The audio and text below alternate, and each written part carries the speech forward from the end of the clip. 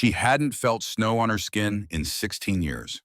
They dragged Sarah Morrison from the cellar at dawn, shoved a black veil over her face and bound her wrists so tight the rope cut to bone. The crowd in Stillwater Creek Square laughed when she stumbled. They called her the specter, a curse of rags worth less than the horse tied beside her, but when a cattle baron rode through that frozen morning, he didn't flinch.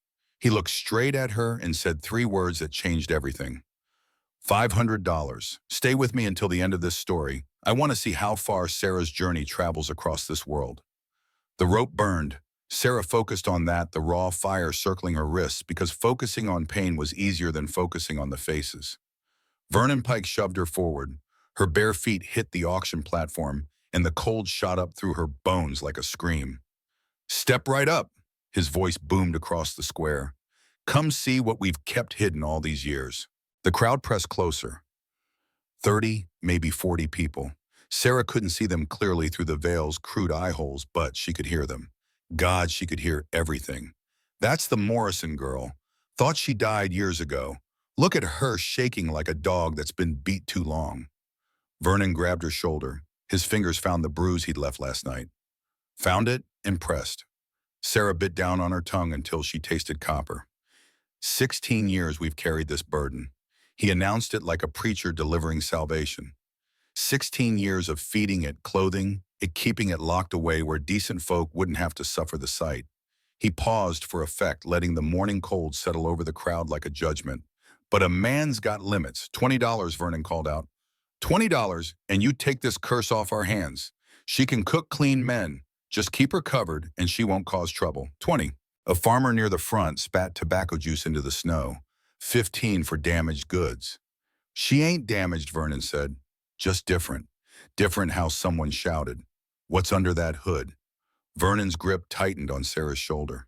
She felt his breath against her ear, hot and sour with last night's whiskey. Remember what you heard, he whispered. Remember what happens to girls who talk. Sarah's stomach turned to ice. She remembered. 3 years ago through the cellar door. Vernon's voice slurred with drink. Had to do it, Harriet. Ezra was going to take everything. One swing of the shovel, and then Constance's sharp reply, never speak of it again. Never. Sarah had never spoken of it. But Vernon never forgot she'd heard. $15, he shouted to the crowd. Come on now. Surely someone wants a working servant. I'll give you 10 called a heavy-set man with pig farmer's boots. She can slop the hogs. Something that ugly won't spook them none. The laughter turned mean sharp as broken glass. Sarah's hands curled into fists inside her sleeves. 16 years. 16 years of darkness and silence, and learning to make herself small. 16 years of swallowing rage until it sat in her gut like a stone. $10. Vernon's voice cracked. Anyone else? 10 going once. 500. The word cut through the noise like a blade through silk. Sarah's head snapped up. Through the veil's eye holes, she saw the crowd parting. Not stepping aside, but falling back like water around a boulder that had dropped from the sky. The sound came first. 6 horses moving in perfect synchronization, their breath steaming in the freezing air. Then the carriage emerged through the morning mist, black as midnight, pulled by a match team that probably cost more than every building in Stillwater Creek combined. Gold leaf traced the letter C across the door panels, catching what little sunlight broke through the clouds. 4 armed riders flanked the carriage, rifles across their saddles, eyes scanning the crowd with the cold efficiency of men who'd seen war and survived it. The carriage stopped at the square's edge. For a long moment, nobody moved. Nobody breathed. Then the door opened. The man who stepped down stood 6'4" if he stood an inch, shoulders broad enough to block a doorway. Dark hair threaded with silver at the temples. A face hewn from stone and old scars weathered by wind and time, and decisions that left marks deeper than any blade. He wore a black duster coat that fell to his knees, custom-tailored, probably imported from San Francisco or further east. Silver buttons caught the light. A cane in his right hand, not for show, but necessity, the legacy of some old wound that hadn't healed quite right. But his eyes, ice blue and harder than the Montana winter. Eyes that had seen men die and hadn't looked away. Sarah knew who he was. Everyone in 3 counties knew. Jackson Calloway, the Cattle King, the Iron Duke of Montana, That's Calloway, someone whispered. Dear God, that's Jack Calloway himself. He owns half the territory, another voice breathed. 500,000 acres from here to the Canadian border. They say he's got 30,000 head of cattle, silver mines, railroad shares, richest man in Montana, maybe richest man west of Chicago. Jack Calloway walked forward, each footfall deliberate, measured like a man who'd calculated the distance between himself and his destination down to the inch. The crowd scattered before him, instinct overriding curiosity. He stopped at the base of the auction platform, looked up at Vernon Pike with his gaze. $500, he repeated. His voice was low, quiet, the kind of quiet that made people lean in to hear, because missing a word might cost them everything. Vernon's face cycled through shock, calculation, greed.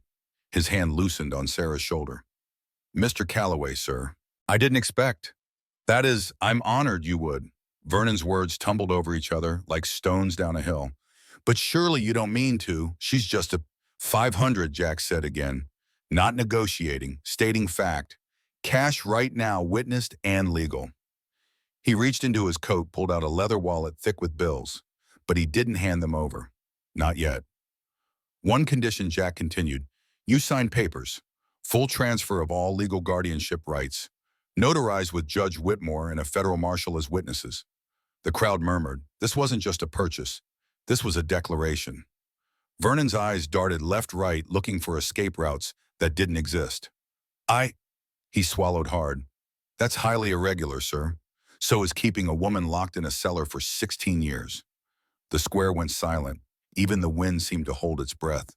Vernon's face flushed red, then white. You can't prove. I don't need to prove anything, Jack said. I'm not the law, but I know people who are. He pulled folded papers from his inside coat pocket, already prepared, already drawn up by lawyers who charge more per hour than most men in Stillwater Creek made in a month. Sign or I start asking questions. Questions about Ezra Morrison's mining accident back in '68. Questions about property transfers and forged documents. Questions about why a grown man keeps a child locked in darkness for reasons no sane person can justify. Vernon's hands shook as he took the pen offered by a man who'd materialized beside Jack. Lawyer by the look of him, expensive suit wire-rimmed spectacles, the expression of someone who'd seen every dirty secret the territory had to offer and documented each one in triplicate. Judge Whitmore stepped forward, an older man with white hair and a belly that spoke of too many dinner parties and not enough consequences. He was corrupt, everyone knew it, but even corrupt judges understood when a power greater than bribery had entered the room. Vernon signed, the pen scratched across paper like claws on stone. Federal Marshal Collins witnessed. Then the lawyer. Then Judge Whitmore, his hand trembling slightly as he added his seal. Jack handed over the money. $500 in clean bills. Vernon grabbed them like a drowning man grabbing driftwood. Pleasure doing business, Jack said, and there wasn't an ounce of pleasure in his voice. He climbed the platform steps. Each footfall sounded like a gavel strike. When he reached Sarah, he stopped studying her with those ice-blue eyes. Up close, his presence was even more commanding. The ropes on your wrists, he said quietly. Who tied them? Vernon did, Sarah whispered. Her voice came out rusty, a thing unused for so long it had almost forgotten its purpose. Jack's jaw tightened. He reached into his coat again, pulled out a folding knife. The blade clicked open with a sound like a bone breaking. Hold still. He cut the ropes with 2 quick motions. They fell away and Sarah gasped, couldn't help it at the sudden absence of pain. Her wrists were raw, bleeding in places where the hemp had sawed through skin. That needs cleaning, Jack said. He pulled a handkerchief from his pocket, clean white linen, probably worth more than every piece of clothing Sarah had worn in the last decade. Pressed it gently against her wounds. Got medicine at my home. Doctor too, if needed. Why, Sarah whispered. Why are you doing this?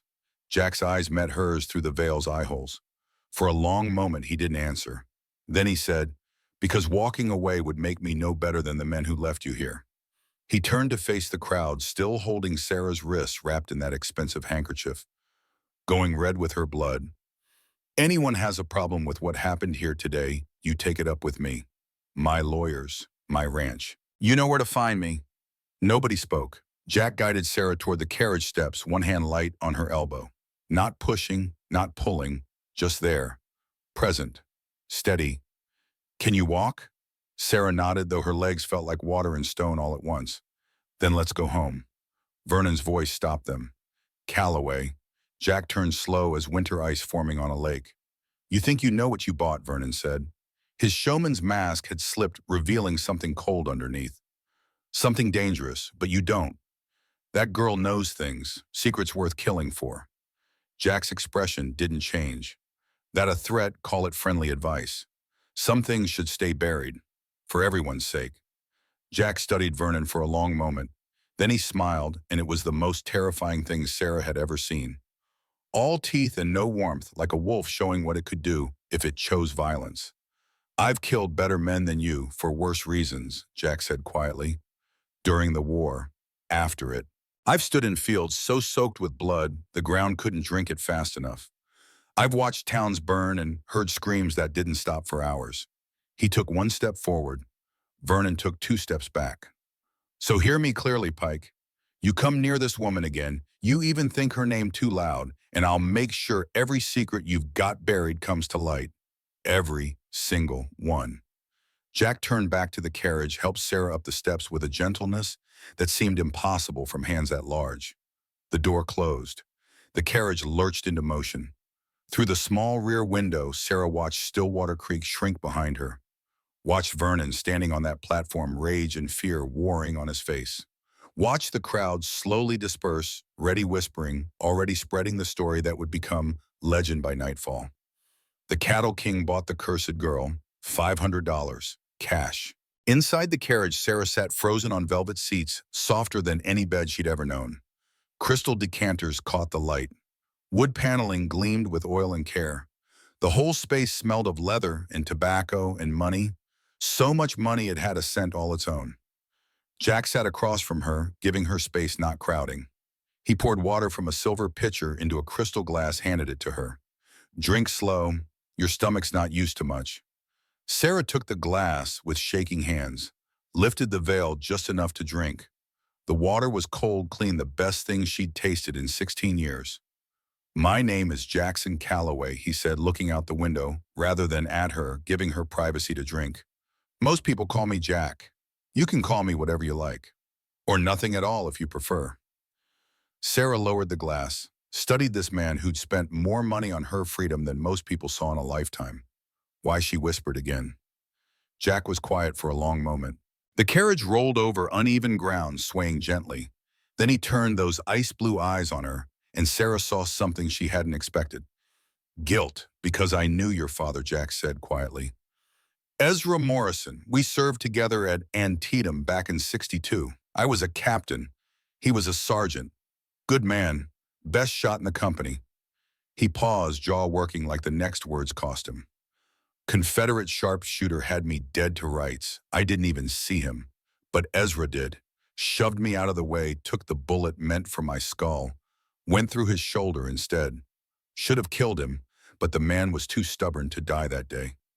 Sarah's breath caught. Her father. Her father who died when she was 8. Her father who taught her to read and write and do sums, who'd promised her the world and then disappeared into a mine shaft that collapsed on him. Except it hadn't collapsed. Vernon had made it collapse. Vernon had swung the shovel and buried the evidence and locked Sarah away because she'd heard the truth. I spent 6 years trying to find your father after the war, Jack continued. Heard he'd struck gold up in Montana. Heard he'd died in a mining accident in '68. Didn't believe it. Ezra Morrison was too careful to die in a cave-in. His hands tightened on the silver cane.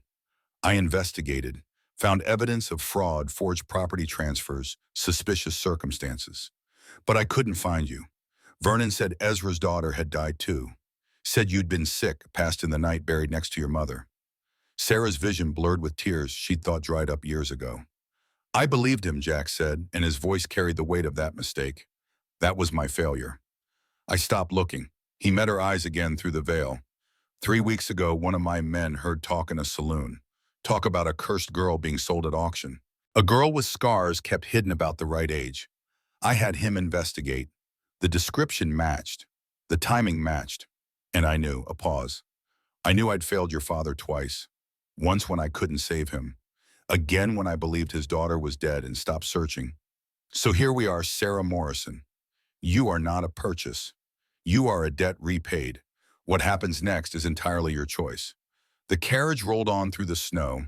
Sarah sat with those words, turning them over like river stones, looking for sharp edges that would cut her.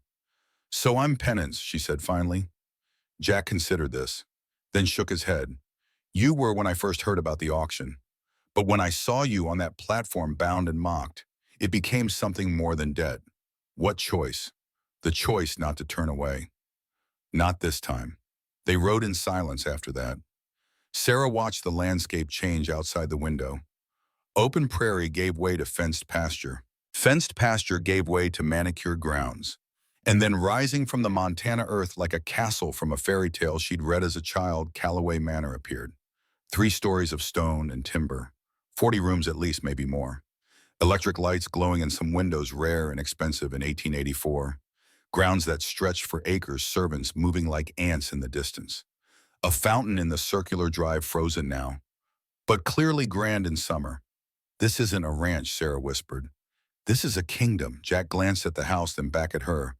It's a home, and starting today, it's your home too, for as long as you want it. The carriage stopped. A footman opened the door.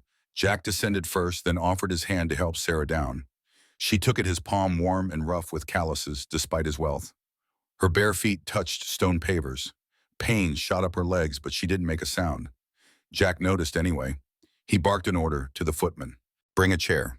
And boots. Women's boots from Mrs. Catherine's wardrobe. The front door burst open and 3 children spilled out like water from a broken dam. Pa. A girl's voice sharp and carrying. You're back early. The girl stopped halfway across the courtyard. Dark hair in braids, gray eyes that were Jack's eyes, maybe 12 or 13 years old. Behind her 2 boys, younger identical twins from the look of them, dark-haired and curious as cats. Pa, the girl said again, but her voice had changed, gone uncertain. Who's that? This is Sarah Morrison, Jack said. His hand was still under Sarah's elbow, steadying her. She'll be staying with us. Staying, the girl's eyes narrowed, assessing. Like a guest, like family. That hung in the air, heavy as thunder before a storm. The girl studied Sarah through the black veil, studied her father, then crossed her arms. Morrison, like Ezra Morrison, the man who died 16 years ago. Jack nodded. His daughter. One of the twins stepped forward, the bolder of the 2. How come she's got that thing on her face, Daniel, the girl snapped. Mind your manners. What I'm just asking. She wears it because she chooses to, Jack said firmly. And you'll respect that choice, all of you. The other twin, quieter, tilted his head. Can she talk? Sarah found her voice rusty but present. Yes, I can talk. 3 pairs of eyes fixed on her. She felt their curiosity like heat from a fire. Then welcome to Callaway Manor, the quiet twin said with solemn formality. I'm David, that's Daniel. He asks stupid questions, but we keep him anyway. They're not stupid, Daniel protested. They're a little stupid, the girl said. Then she stepped forward, still guarded but making the effort. I'm Margaret. Everyone calls me Maggie. She paused. Our mother died 4 years ago. Cholera, in case you were wondering. Sarah wasn't sure what to say to that. I'm sorry seemed inadequate. Thank you seemed wrong. So she settled on, that must have been very hard. Something shifted in Maggie's expression. Not acceptance, not yet, but acknowledgement, recognition that Sarah understood loss. Come inside, Jack said. Mrs. Brooks will show you to your room. You'll want to wash rest. Dinner is at 6 if you're up for it. If not, we'll bring something to your room. An older woman appeared in the doorway. 60 at least, iron gray hair, pulled back in a severe bun posture, military straight. She wore a black dress with white collar, the uniform of a head housekeeper, but her eyes were sharp and assessing in a way that spoke of intelligence and experience beyond managing a household. Mrs. Brooks, Jack said, this is Sarah Morrison. She'll need the blue guest suite, hot water for a bath, clean clothes. Mrs. Brooks looked at Sarah. Her gaze traveled from the black veil to the bloody handkerchief still wrapped around Sarah's wrists to her bare frozen feet. Of course, she said. Her voice gave nothing away. This way, Miss Morrison. Sarah followed, legs trembling with each step. Behind her, she heard Daniel whisper, is she really going to stay? And Maggie's response sharp and suspicious. I don't know, but I'm going to find out why. The house swallowed them. Hallways paneled in dark wood, paintings in gold frames, a grand staircase with a runner so thick Sarah's feet sank into it. Rooms opening off corridors like secrets waiting to be discovered. Mrs. Brooks led her up 2 flights of stairs down another hall to a door at the end. She opened it. The room beyond was larger than the entire cellar Sarah had lived in for 16 years. Larger than the house she'd grown up in before that. A 4-poster bed with silk curtains. A wardrobe that could hold a dozen dresses. Windows looking out over mountains going purple with evening. "There's a bathing room through that door," Mrs. Brooks said, pointing. "I'll have water brought up. The wardrobe has clothes that belong to Mrs. Catherine. You're about her height, so they should fit." "I can't wear a dead woman's clothes," Sarah whispered. Mrs. Brooks raised one eyebrow. "The dead don't need clothes. The living do. Wear them." She moved to leave, then paused at the door. "Mr. Calloway is a good man," she said quietly. "Fair, honest. He doesn't do things by half measures. If he brought you here, he means for you to stay." "But," Sarah waited, "this household has been through grief. Those children lost their mother. Mr. Calloway lost his wife. They're only just learning how to function again. So whatever reasons you have for being here, whatever you're running from, don't bring more pain to this house. We've had enough." Then she was gone, the door closing with a soft click. Sarah stood alone in more luxury than she'd ever imagined. Slowly, carefully, she reached up and removed the black veil. Her reflection stared back from a full-length mirror. The right side of her face was unmarked, still young. Still the face of the girl who'd been 8 years old when Vernon first locked the cellar door. But the left side, the scar ran from temple to jaw, angry and twisted. Vernon's horsewhip 16 years ago, when she tried to tell the town marshal what she'd heard. The blow had split her face open, damaged the eye socket, pulled her mouth into a permanent half-grimace. This was what the world had turned away from. This was why Vernon had kept her hidden. Sarah touched the scar, traced its path with trembling fingers. A knock at the door made her jump. She grabbed the veil, started to put it back on. "No need," a voice called through the wood. "It's just me. The water is heavy." Mrs. Brooks and 2 young maids entered, carrying buckets of steaming water. They poured it into a copper tub in the bathing room, added oils that made the air smell of lavender, and something else Sarah couldn't name. The maids glanced at her face at the scar. One looked away quickly. The other met Sarah's eyes and smiled, a small thing, but genuine. When they left, Sarah shed the rags she'd worn for months, stepped into the bath. The hot water hit her skin, and she gasped, nearly cried at the sensation of being clean. Being warm, being human. She scrubbed 16 years of filth away until the water ran gray. Washed her hair 3 times. Sat in that tub until the water cooled and her fingers pruned, and she could almost believe she was someone who deserved this. When she finally emerged wrapped in a towel softer than clouds, she found fresh clothes laid out on the bed. A simple dress, blue cotton, nothing fancy. Undergarments, stockings, boots that fit perfectly. Sarah dressed slowly, learning how normal clothes felt again, how buttons worked, how fabric moved against clean skin. A clock on the mantel showed 5:30, 30 minutes until dinner. She could stay here, hide in this beautiful room, or she could go down, face the family, begin whatever this new life was going to be. Sarah picked up the black veil, looked at it for a long moment, then set it aside. She couldn't do it. Not yet. Facing Jack in private was one thing. Facing 3 children and a household of servants was another. The veil went back on. She found her way downstairs by retracing her steps, counting doors and turns. Voices led her to a dining room that could seat 20 easily. The family gathered at one end, making the massive table feel almost intimate. Jack stood when she entered. The children followed his lead, clumsy but trying. "Sarah," Jack said, "please sit." She took the chair he indicated between Maggie and David. The table was set with more silverware than she knew what to do with. Plates edged in gold, crystal glasses that caught the chandelier light and threw rainbows. A woman entered from the kitchen, black, about 40, wearing an apron and carrying a steaming tureen. She set it down, then noticed Sarah. Their eyes met. "Miss Morrison," Jack said, "this is Cookie, best house chef in Montana." Cookie studied Sarah's veiled face. Then she smiled, warm and genuine. "Welcome, child. Hope you like beef stew. Made extra tonight." The meal was served. Beef stew as promised, thick with vegetables and herbs. Fresh bread, butter, potatoes. More food than Sarah had seen in 16 years. Her stomach cramped just looking at it. Eat slow, Jack said quietly. Small bites. Your body needs to remember how. Sarah lifted the veil just enough to eat angled so her scarred side faced the wall. The first bite of stew nearly made her weep. Real meat, real flavor. Food that someone had cooked with care instead of contempt. Daniel, ever curious, couldn't help himself. Miss Sarah, where were you before you came here, Daniel, Maggie warned. It's all right, Sarah said. Her voice sounded stronger after the bath after food.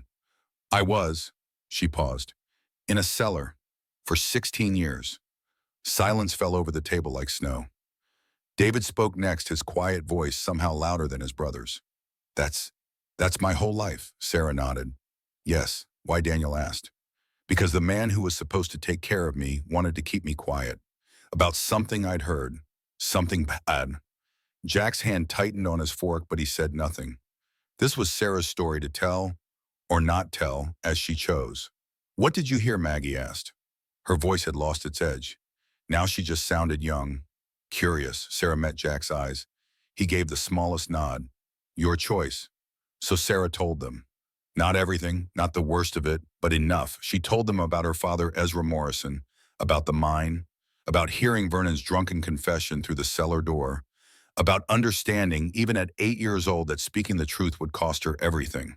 The children listened, eyes wide, dinners forgotten. When she finished, Maggie sat back in her chair. You heard a murder confession, she said, and instead of calling the marshal, Vernon locked you away. Yes, for 16 years, yes. Maggie looked at her father. You brought her here because of Ezra Morrison, because he saved you in the war. Jack nodded. That was the beginning, yes. Maggie turned back to Sarah. Her gray eyes were assessing, calculating, so much like her father's, it was startling. Well, she said finally, I suppose that explains it. Explains what Sarah asked. Why Pa paid $500 when Vernon was asking $20. She almost smiled. Pa never overpays unless he's making a point. What point, Daniel asked. That Sarah Morrison is not merchandise, Maggie said.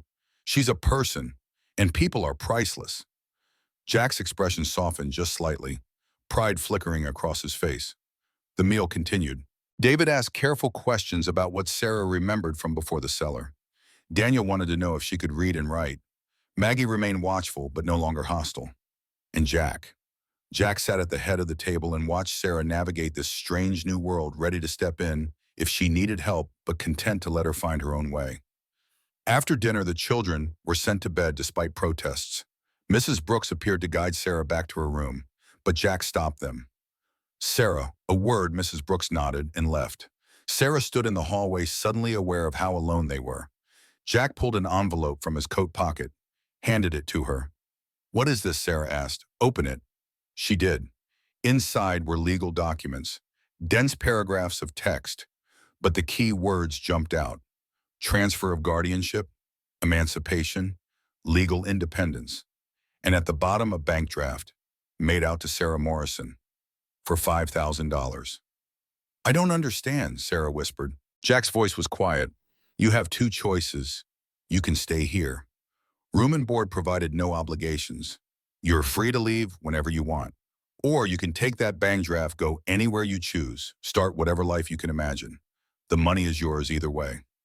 Sarah stared at the numbers. $5,000, more money than most people saw in a lifetime. Why, she asked for the third time that day. Because freedom without choices isn't freedom, Jack said. It's just a different kind of cage. He started to walk away, then turned back. One more thing. Tomorrow Vernon is going to realize what he's lost. What you know, what you can say. He's going to panic. And panicked men do desperate things. Sarah's blood ran cold. I'm telling you this because you deserve to know the danger. But I'm also telling you that you're safe here. This house has 20 men who work for me. Good men, loyal men, men who fought in wars and survived worse than Vernon Pike could dream of. He met her eyes. You stay here, you're under my protection. All of it, everything I have, everything I can do, no one touches you without going through me first. The weight of that promise settled over Sarah like a blanket, heavy but warm. And if I leave, she asked, then you leave with money, papers, and a letter of introduction to people I trust in San Francisco, Denver, wherever you want to go.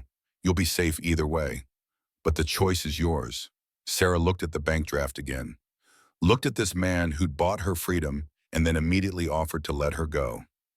I'll stay, she said quietly. For now, Jack nodded. Good, get some rest. Tomorrow we start preparing for whatever Vernon does next. He walked away down the long hallway, the sound of his cane tapping against hardwood, fading into silence. Sarah stood alone with $5,000 in her hands and the first real choice she'd made in 16 years.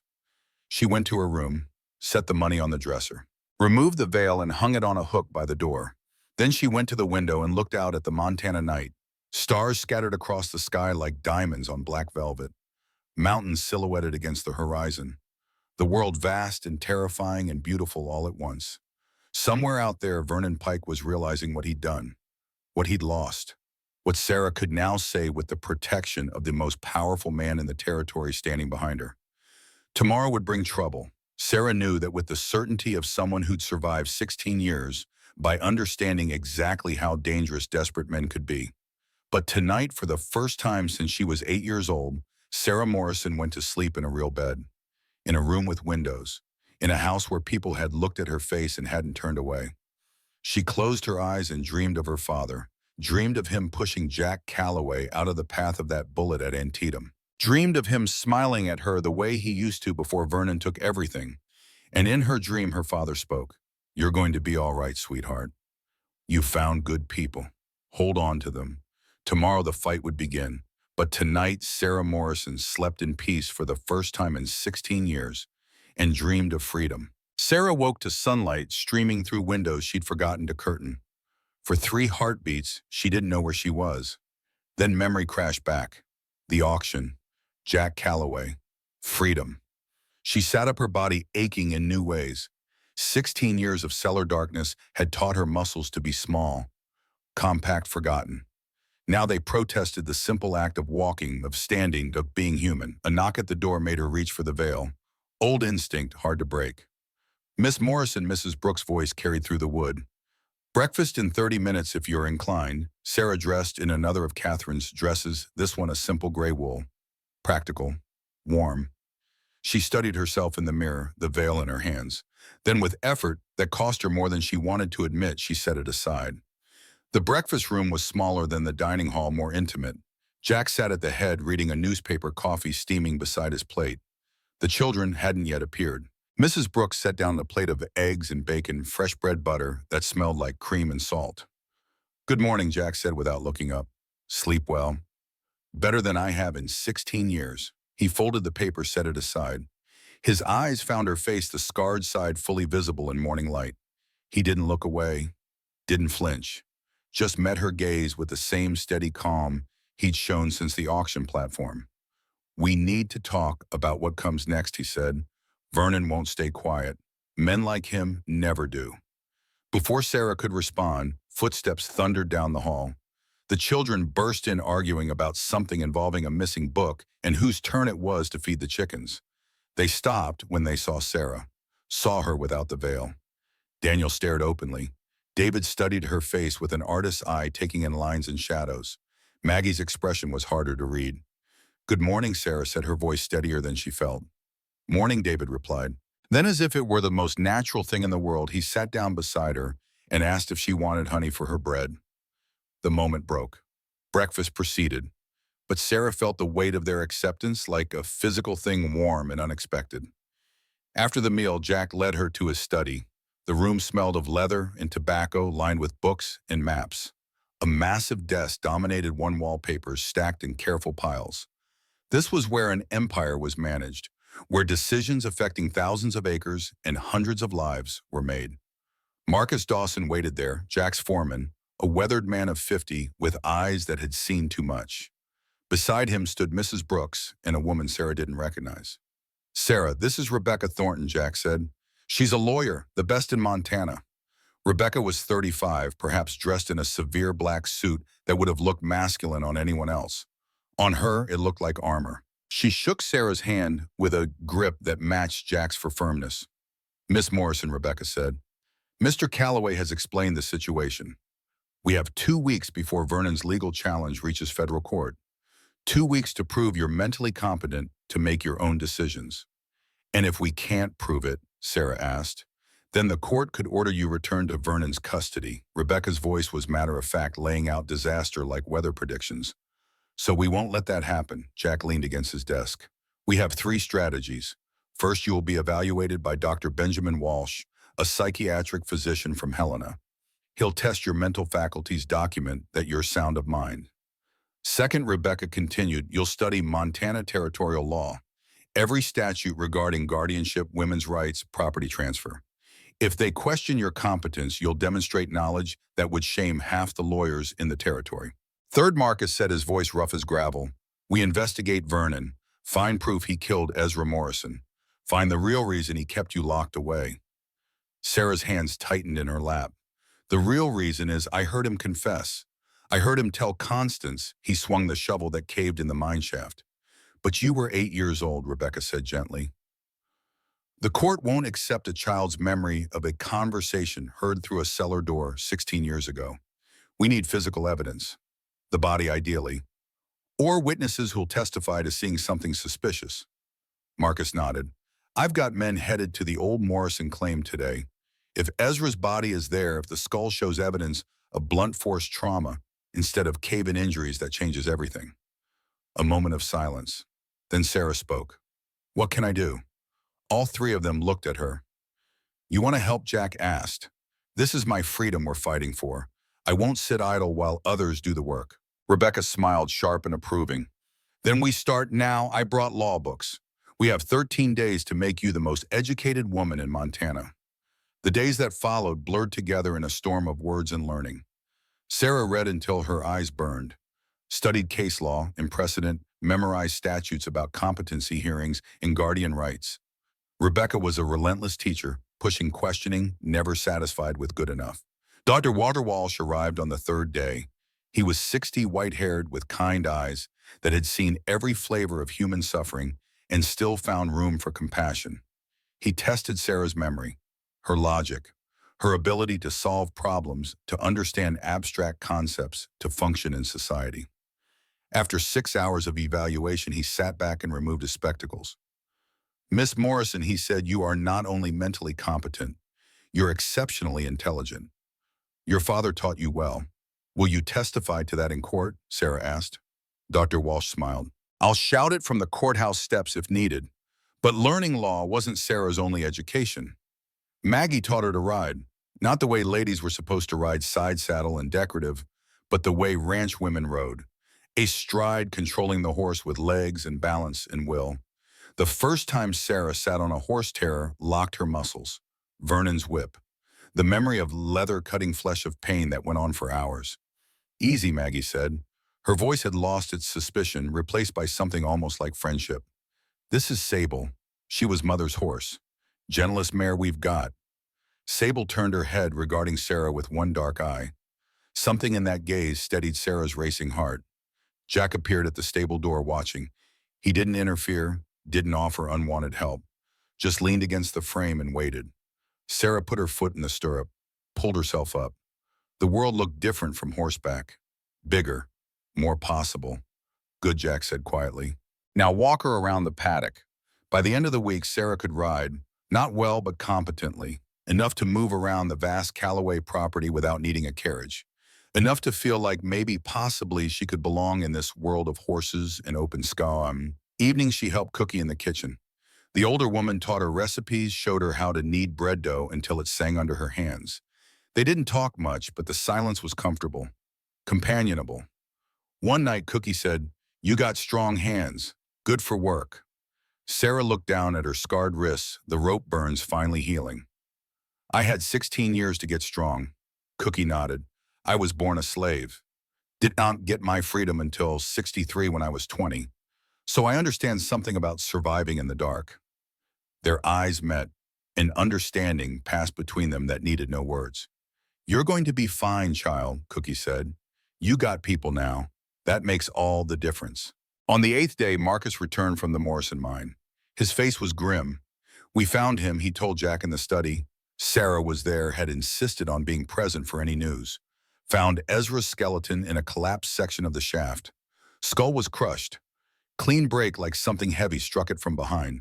No way that was falling rocks. Sarah's breath caught. Her father. Proof of what Vernon had done.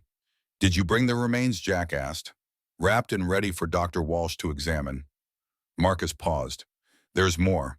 Found an old mine worker fellow named Tom Briggs. He was there in '68.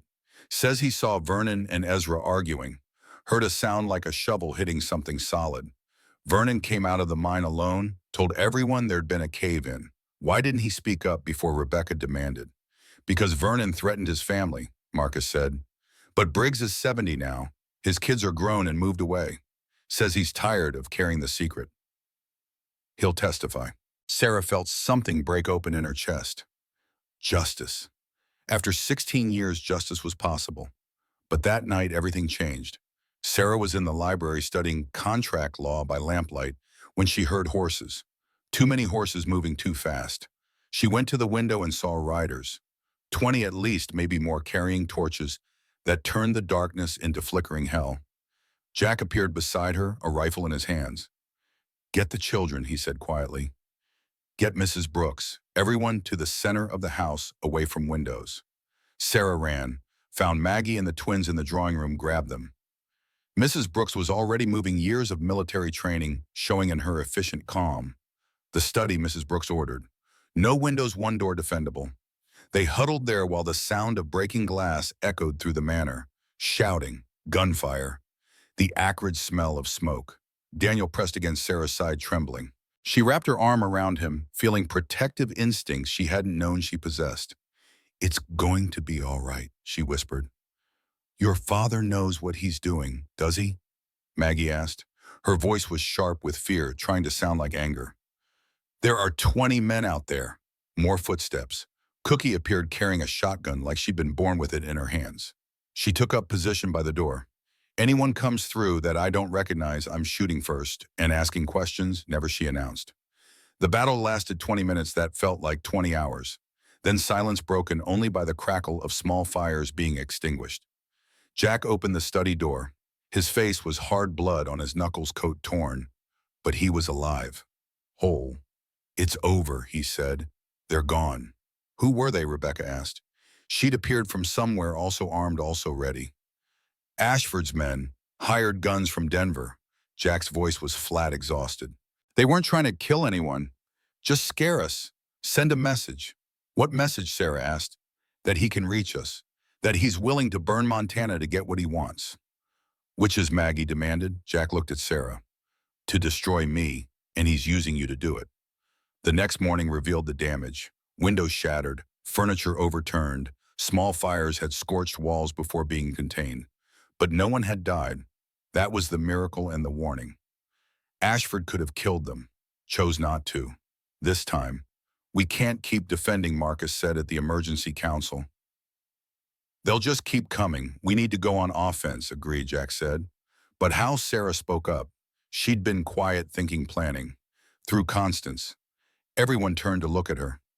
Vernon's wife, Sarah, explained. She was there the night he confessed to killing my father. She's not innocent, but she's also terrified of him. If we can get her to testify to confirm what I heard. She won't, Marcus said flatly. She's been covering for Vernon for 16 years. Sarah met Jack's eyes. Not if we offer her protection, not if we give her a way out. It's a risk, Rebecca warned. Everything is a risk, Sarah countered. But it's a risk I'm willing to take. Jack studied her for a long moment, then nodded. We'll send a letter. Discreet. Offer her safety in exchange for testimony. The letter went out that afternoon. 3 days passed with no response. 3 days of Sarah studying law, of practicing testimony, with Rebecca of learning to shoot a rifle under Mrs. Brooks's surprisingly expert instruction. The housekeeper had been a Union sharpshooter, it turned out. One of the few women who'd served in that capacity. Sarah was a terrible shot, but Mrs. Brooks was patient. You don't need to be good, Mrs. Brooks said. You just need to not shoot yourself. Everything else is bonus. On the 11th day, a reply came. Not a letter, a person. Constance Pike arrived after midnight, riding a horse she'd clearly stolen, wearing a dress torn from running through winter brush. Her face was bruised, one eye swollen shut. Mrs. Brooks brought her to Jack's study where Sarah and the others waited. He knows, Constance gasped. Vernon knows you're building a case. He knows about the skeleton, about Tom Briggs. She looked at Sarah with desperate eyes. He's planning something. Something bad. He told me if I didn't help him one more time, he'd kill my sister. Sarah's blood went cold. Help him how? Constance pulled a folded paper from her bodice, gave it to Jack with shaking hands. He wants me to lure you to the old Morrison mine tomorrow at midnight. Says if you come alone, he'll let my sister go. If you don't. She couldn't finish. Jack read the letter, face expressionless, then looked at Sarah. What do you think? I think it's a trap, Sarah said quietly. But I also think we have to spring it, because Vernon's not going to stop. This ends tomorrow night one way or another. Rebecca shook her head violently. Absolutely not. You go to that mine, he'll kill you. Bury you where no one will find you. Not if I'm not alone, Sarah said. She turned to Jack. You said once that you don't negotiate. You win, so let's win. Jack was quiet for a long moment. Then he smiled that wolf smile Sarah had seen once before, dangerous and full of promise. All right, he said, we'll give Vernon his meeting, but on our terms. The plan came together quickly. Sarah would go to the mine as requested, but with Jack and 10 men hidden in the darkness around the shaft. Vernon would spring his trap. They would spring theirs. Constance would be kept safe at the manor under Mrs. Brooks' protection. Whether she testified or not would depend on whether she survived. What came next? The day of the meeting dragged. Sarah tried to study, couldn't focus. Tried to eat, couldn't stomach it. She was going back to the mine where her father had died, where Vernon had murdered him and buried the evidence. Evening came. Jack found Sarah in the library staring at a book she wasn't reading. You don't have to do this, he said. We can find another way. There is no other way. Sarah closed the book. Vernon won't stop until one of us is dead. I'd rather face him on my terms than wake up one night to find him standing over my bed. Jack sat down across from her. For a moment, they just looked at each other. Your father would be proud, Jack said quietly, of who you've become, how you've survived. Sarah felt tears burn behind her eyes. Do you really think so? I know so. He pulled something from his pocket, set it on the table between them. It was a compass, old and worn. This was Ezra's. From the war. I kept it when he stopped, swallowed. When I thought he was dead, I kept it to remember him by. But it should be yours. Sarah picked up the compass. The brass was warm from Jack's pocket. Her father had held this, had used it to find his way through war and wilderness. Thank you, she whispered. Come back safe tonight, Jack said. His voice was rough with something that might have been fear or might have been something else. Promise me. I promise. The ride to the Morrison mine took 2 hours. Sarah went on Sable, the mare's steady gait calming her nerves. Jack rode beside her on his black stallion. Behind them, spread out through the darkness, Marcus and 10 ranch hands moved like ghosts. The mine appeared ahead, a black wound in the earth. Torches burned at the entrance. 3 figures stood silhouetted against the light. Vernon Pike, his lawyer Luther Hayes, and 4 hired gunmen armed to the teeth. Jack held up a hand. His men stopped, melted into the shadows. Only Sarah continued forward as planned. She stopped 50 feet from the mine entrance. Sable shifted beneath her, sensing danger. Well, Vernon called out, the cursed girl returns. And she brought company, I see. Sarah didn't deny it. You said you'd let Constance's sister go. Vernon laughed, the sound echoing off stone. Did I? Must have forgotten. Memory's not what it used to be. Hayes stepped forward.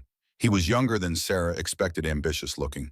Miss Morrison, he said in a voice like oil on water, you have 2 choices. Sign this paper stating you lied about your father's death, that Vernon is innocent, or we make sure you never testify at all. And the third choice, Sarah asked, the one where I refuse both. Hayes smiled. There is no third choice. This is your last chance. Movement in the darkness. Jack emerging from shadow, rifle in hand. Behind him, his men spreading out, surrounding the mine entrance. I disagree, Jack said. I think there's always a third choice. Vernon's face went white, then red. Calloway.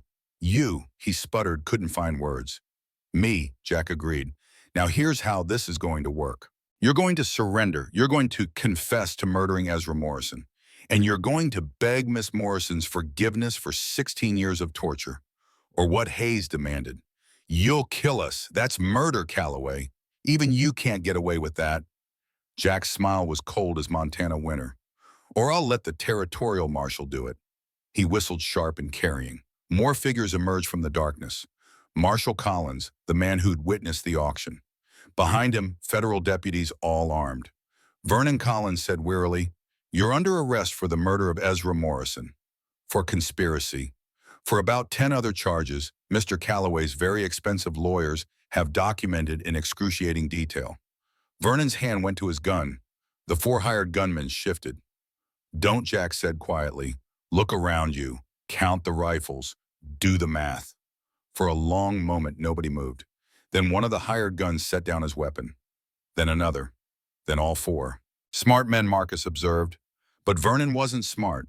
Vernon was desperate. He pulled his pistol, aimed not at Jack, but at Sarah. "You ruined everything," he screamed. "Everything. You should have died in that cellar." 3 things happened at once. Vernon fired. Jack threw himself in front of Sarah. And Mrs. Brooks, who'd followed despite orders to stay home, shot Vernon's hand clean off from 200 yards away in darkness. Vernon's screams split the night. His gun fell into snow blood, spraying from the stump where his hand had been. Jack grabbed Sarah, pulled her off the horse, covered her body with his, as more gunfire erupted. Hayes and his men trying to fight, trying to escape. The federal deputies returning fire. The battle lasted 90 seconds. When the smoke cleared, Hayes was dead shot trying to run. 2 of the hired guns were wounded. The other 2 had surrendered. And Vernon Pike was on his knees, clutching the ruin of his wrist, weeping like a child. Marshal Collins walked over, looked down at him with disgust. "Vernon Pike, you're under arrest. For murder. For attempted murder. For being the stupidest criminal I've ever met." He looked at Jack. "You all right?" Jack was checking Sarah's hands running over her arm, her shoulders making sure she wasn't hit. "I'm fine. We're fine." But he wasn't fine. His left shoulder was bleeding. Vernon's bullet had grazed him, torn through coat and shirt to leave a furrow in flesh. "You're hurt," Sarah said, her hands going to the wound. "It's nothing. You threw yourself in front of a bullet for me." "That's not nothing." Their eyes met. For a moment, the chaos around them faded. There was just Jack bleeding and Sarah whole because he'd chosen to protect her. Later, she would process what that meant. Later, she would examine the feeling blooming in her chest, warm and terrifying and wonderful. But now the marshal was hauling Vernon to his feet. Hayes's body was being covered. The hired guns were being bound. Constance, Sarah remembered suddenly. Her sister. Marcus was already moving. "We'll find her. Vernon probably has her at his place, locked in a room somewhere." The ride back to Calloway Manor took 3 hours. Jack's shoulder had been bandaged by one of the deputies who had field medicine training, but he was pale, weakening from blood loss. "Stay with me," Sarah whispered, riding close beside him. "We're almost there, not going anywhere," Jack muttered, too stubborn to die from a scratch.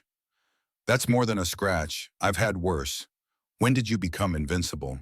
"When I had something worth staying alive for." The words hung between them, heavy with meaning. Neither of them was ready to examine. Dr. Walsh was waiting at the manor, summoned by Mrs. Brooks via telegraph. He took one look at Jack's shoulder and ordered him to the surgery. Sarah waited outside, pacing while the doctor worked. Maggie and the twins huddled together, silent and scared. Finally, after 2 hours that felt like 2 years, Dr. Walsh emerged. "He'll be fine," the doctor said. "Lost blood needs rest, but the wound is clean. Bullet didn't hit anything vital." "Can I see him?" Sarah asked. 5 minutes? He needs sleep." Jack was propped up in bed, shirtless, shoulder wrapped in white bandages, already showing red. He looked exhausted but alive.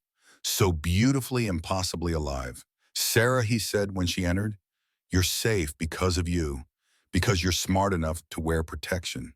He smiled, tired. "Next time, maybe listen when I say stay home. There won't be a next time. Vernon's finished. You made sure of that." Jack's hand found hers, held it. "Good. You're free now, truly free." Free. The word felt strange. She'd been bought, then offered freedom, but always with the shadow of Vernon looming. Now that shadow was gone. She could go anywhere, be anyone. But she didn't want to go anywhere. Didn't want to be anyone except exactly who she was in this moment, holding the hand of a man who'd thrown himself in front of a bullet to save her life. "Jack," she started to say, but he was already asleep, at exhaustion and blood loss pulling him under. His hand stayed wrapped around hers even in unconsciousness. Sarah sat there through the night watching him breathe, watching the rise and fall of his chest, the flutter of his eyelids as he dreamed. She thought about everything that had happened since the auction platform, thought about kindness and protection and the way this man had given her choices when the world had offered only cages. Somewhere between midnight and dawn, she admitted the truth to herself. She loved him. It was too soon, too fast, too complicated by money and power and the fact that he'd bought her freedom like merchandise. But love didn't care about complications. Love just arrived and demanded you deal with it.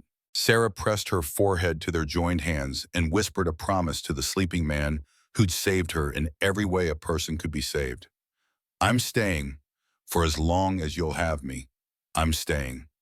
Outside, dawn broke over the Montana mountains. The storm had passed. Vernon was in custody. The trial would come. Justice would be served. But for now, in this quiet room, Sarah Morrison sat beside Jackson Calloway and felt for the first time in 16 years completely and utterly safe. The nightmare was over. The real life was just beginning. 3 days passed before Jack was strong enough to leave his bed.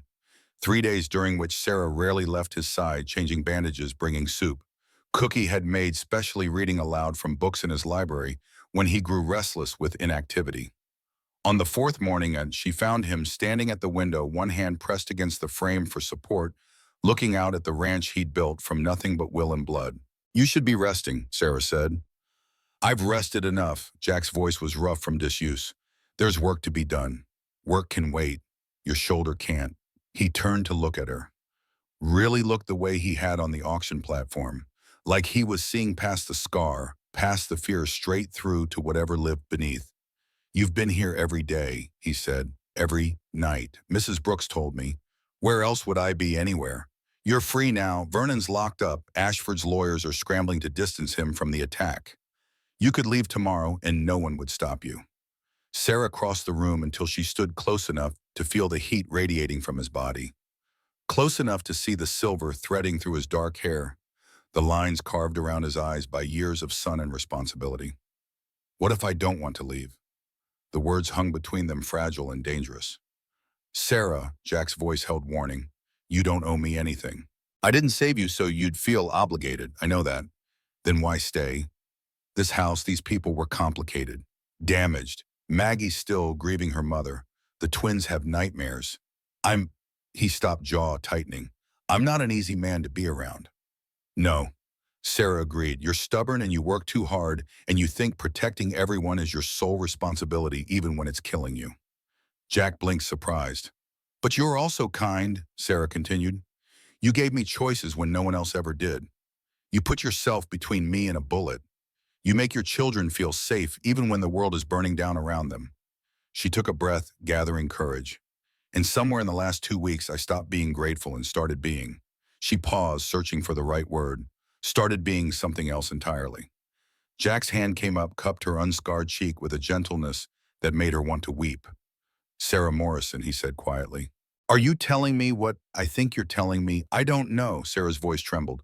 What do you think I'm telling you, that maybe you feel the same impossible thing I've been feeling since I saw you on that platform? Which is that I love you. Jack's thumb traced her cheekbone. I know it's too soon. I know people will say you're confused, that this is just trauma bonding, or gratitude, or a dozen other things that explain it away. But I don't care. I love you. Sarah felt tears slip down her cheeks, hot and unstoppable, and 16 years overdue. I love you too, she whispered. I think I have since you cut the ropes on my wrists and looked at me like I was human. Jack pulled her close, careful of his injured shoulder, pressed his forehead against hers. We're going to do this right, he said. Proper courtship. Time for you to be sure. I won't have anyone saying I took advantage. I'm already sure. Humor me anyway. Before Sarah could respond, footsteps thundered in the hallway. Daniel burst through the door without knocking, eyes wide with excitement. Pa, Miss Sarah, the marshal's here. Says he needs to talk to you both right away.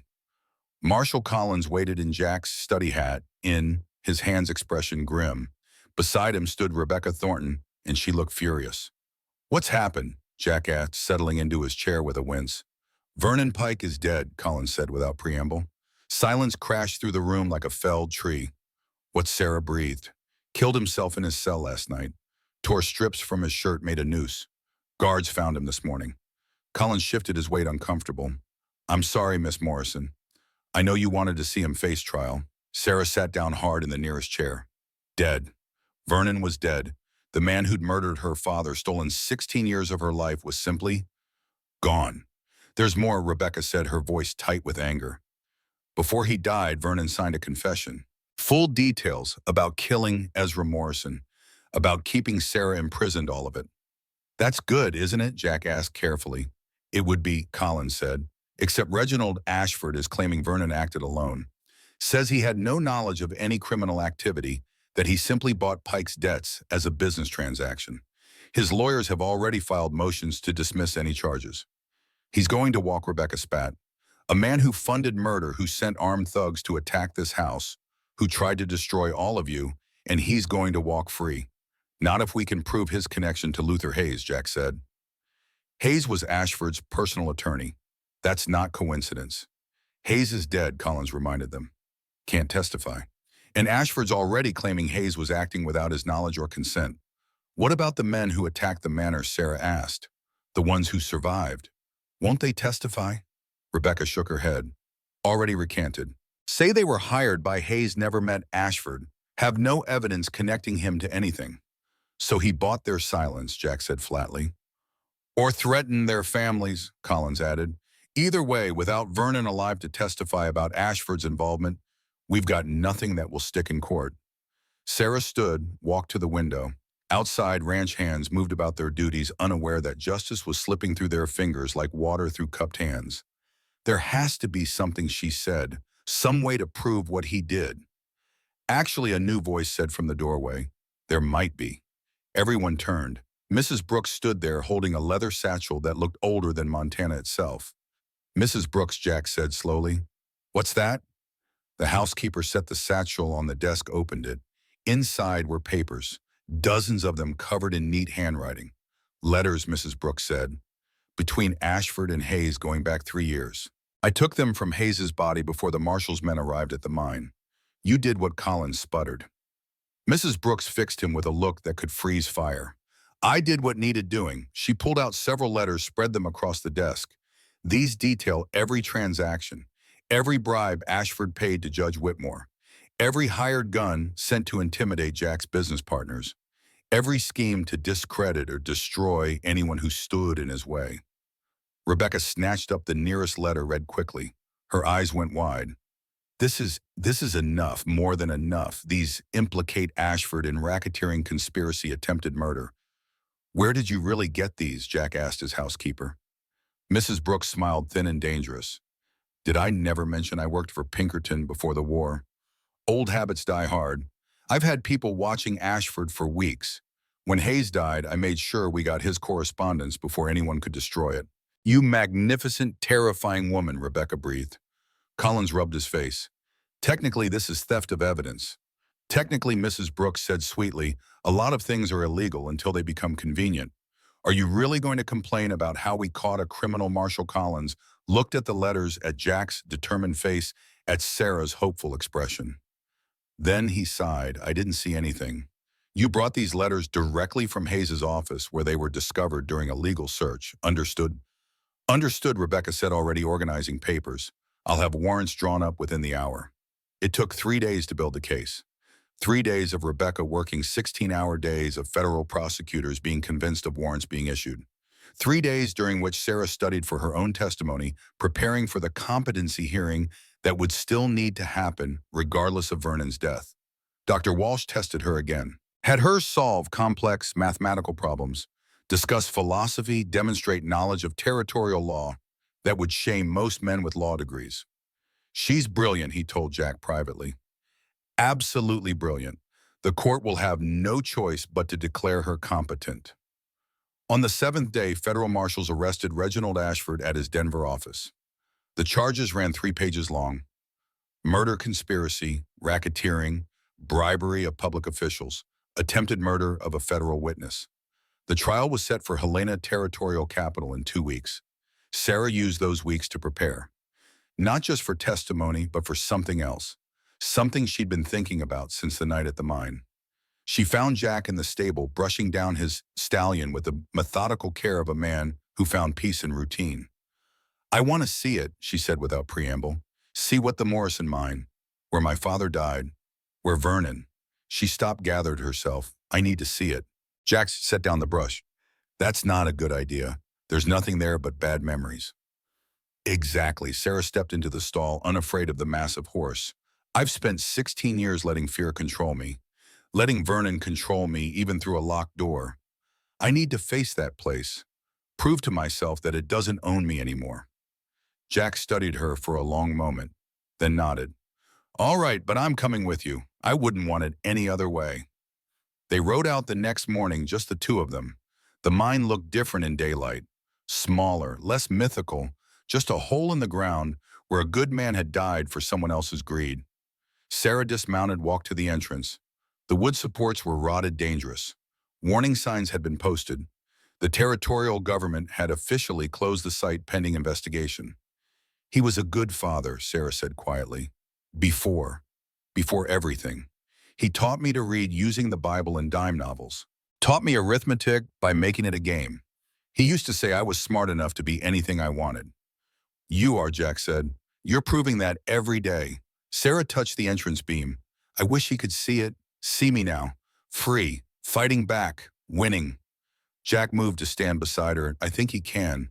I think he's been watching over you this whole time, keeping you strong enough to survive until someone could help."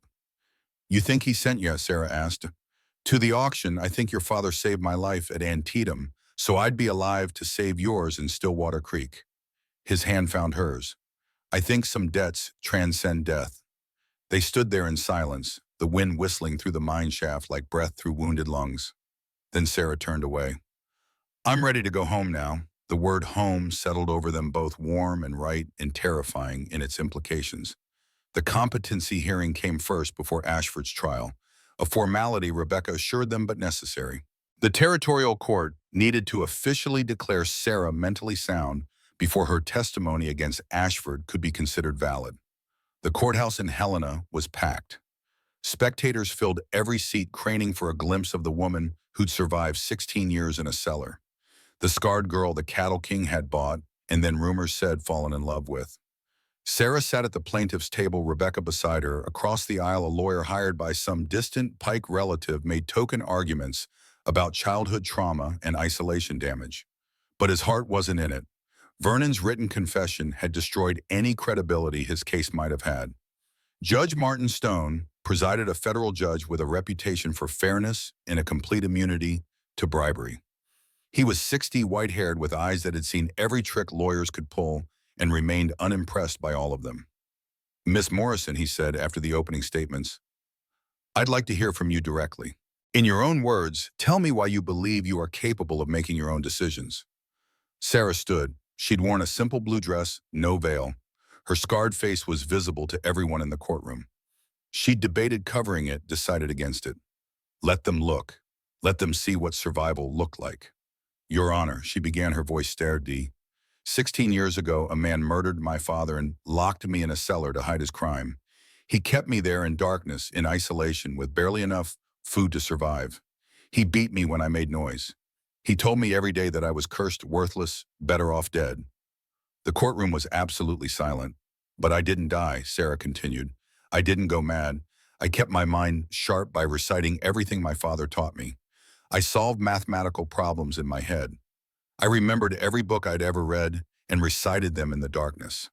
I survived by choosing every single day not to let Vernon Pike destroy who I was." She turned to face the gallery, to face Jack sitting in the front row, to face the twins and Maggie beside him. "2 weeks ago, Mr. Calloway gave me something no one had given me in 16 years. He gave me a choice. Stay or go. Trust or run. Live in fear or fight back." Her eyes found Jack's. "I chose to fight. I chose to learn. I chose to face my captor and help bring him to justice. Those are not the choices of someone mentally incompetent. Those are the choices of someone who refused to be a victim." She turned back to the judge. "I am Sarah Morrison. I am 24 years old. I can read, write, and calculate complex mathematics. I understand territorial law better than most men in this courtroom. I have survived horrors that would break stronger people. And I am asking you, your honor, to recognize that survival is not weakness. It is the ultimate proof of strength. Sarah sat down. The courtroom erupted in whispers, quickly gavelled to silence. Judge Stone removed his spectacles, cleaned them with a handkerchief. Then he put them back on and looked at Sarah with something that might have been respect. Miss Morrison, he said, I have presided over competency hearings for 20 years. I have seen people deemed incompetent for far less than what you endured, but I have never. He paused. Never seen someone demonstrate such clarity of mind, such articulation of thought, such fundamental understanding of self. He shuffled papers, signed something with firm strokes. It is the ruling of this court that Sarah Morrison is not only mentally competent, but possesses mental faculties superior to the average person. All guardianship claims are hereby permanently dissolved. Miss Morrison is free to make all decisions regarding her own life, property, and future. He banged the gavel. This hearing is concluded. The courtroom erupted. Rebecca grabbed Sarah's hand, squeezed hard. We won. God, we actually won. But Sarah was looking at Jack, who'd stood up, who was moving toward her with purpose and something that looked like barely restrained emotion. He reached her just as she stood. For a moment, they just looked at each other. Then Jack went down on one knee. The courtroom went silent again, everyone recognizing what was about to happen. Sarah Morrison. Jack said, his voice carrying to every corner of the room. 2 weeks ago, I bought your freedom for $500.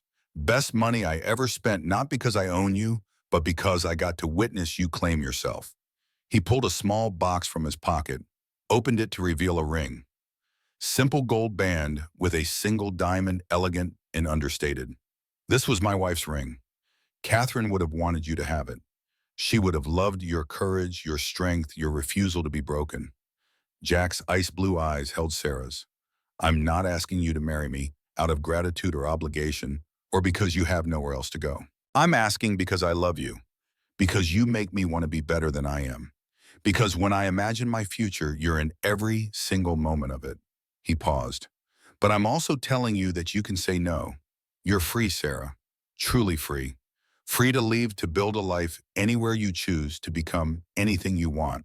I'll help you do it. Money, connections, whatever you need. No strings, no conditions. The courtroom held its breath. So here's my question, Jack said. Will you marry me? Not because you need me, but because you want me. Not because I saved you, but because we save each other.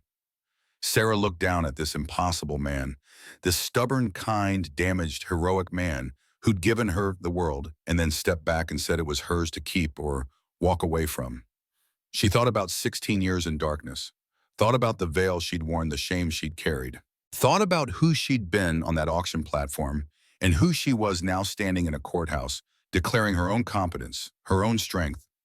Then she thought about what came next, the life she could build, the choices she could make, the future spreading before her like Montana sky, vast and terrifying and beautiful.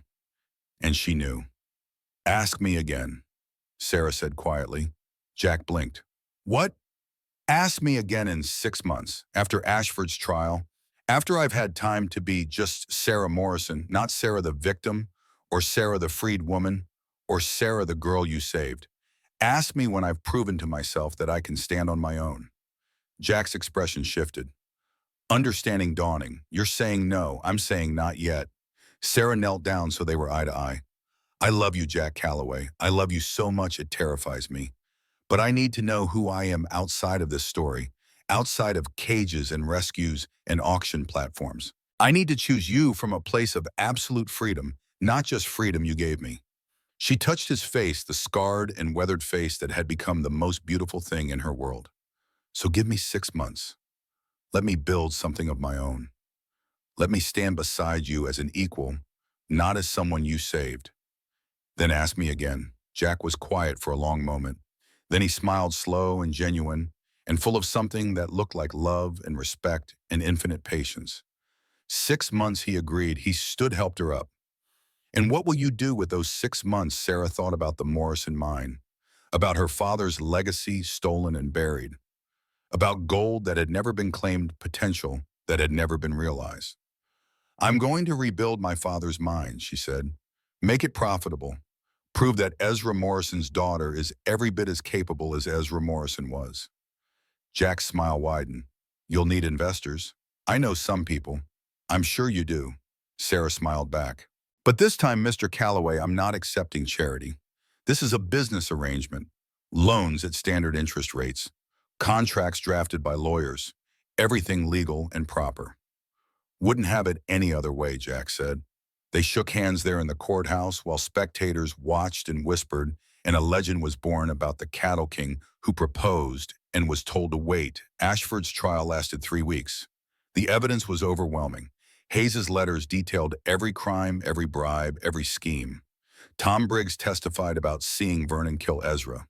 Dr. Walsh testified about Sarah's competence and trauma. Marshall Collins detailed the attack on Calloway Manor. And Sarah testified.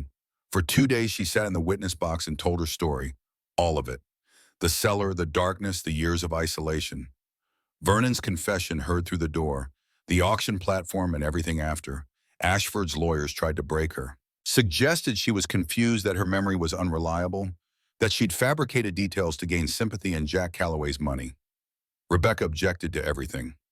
Judge Stone sustained most of it, but some questions got through. Isn't it true, Miss Morrison, the defense attorney, asked, that you hope to marry Mr. Calloway? That you stand to inherit his considerable fortune? Sarah met his eyes calmly. Mr. Calloway proposed.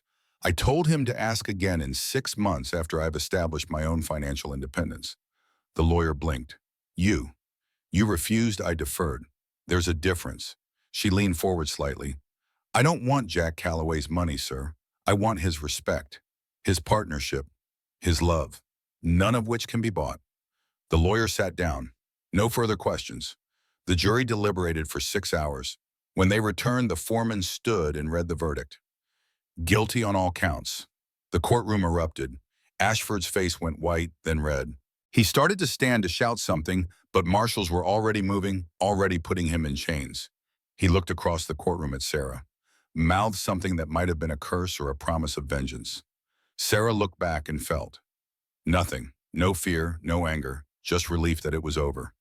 Judge Stone sentenced Ashford to 40 years in territorial prison, essentially a life sentence for a man of 62. Justice, the judge said, is not always swift, but it is inevitable. After the trial, after the celebrations and the newspaper interviews and the congratulations from strangers, Sarah returned to Calloway Manor, but only to pack. You're really leaving? Maggie asked. She stood in the doorway of Sarah's room, watching her fold clothes into a trunk. Just for a while. Sarah smiled at the girl who'd become more friend than anything else. I need to do this, Maggie. Need to prove I can. I understand. Maggie came in, sat on the bed. Mother was like that too. She had her own money before she married Pa.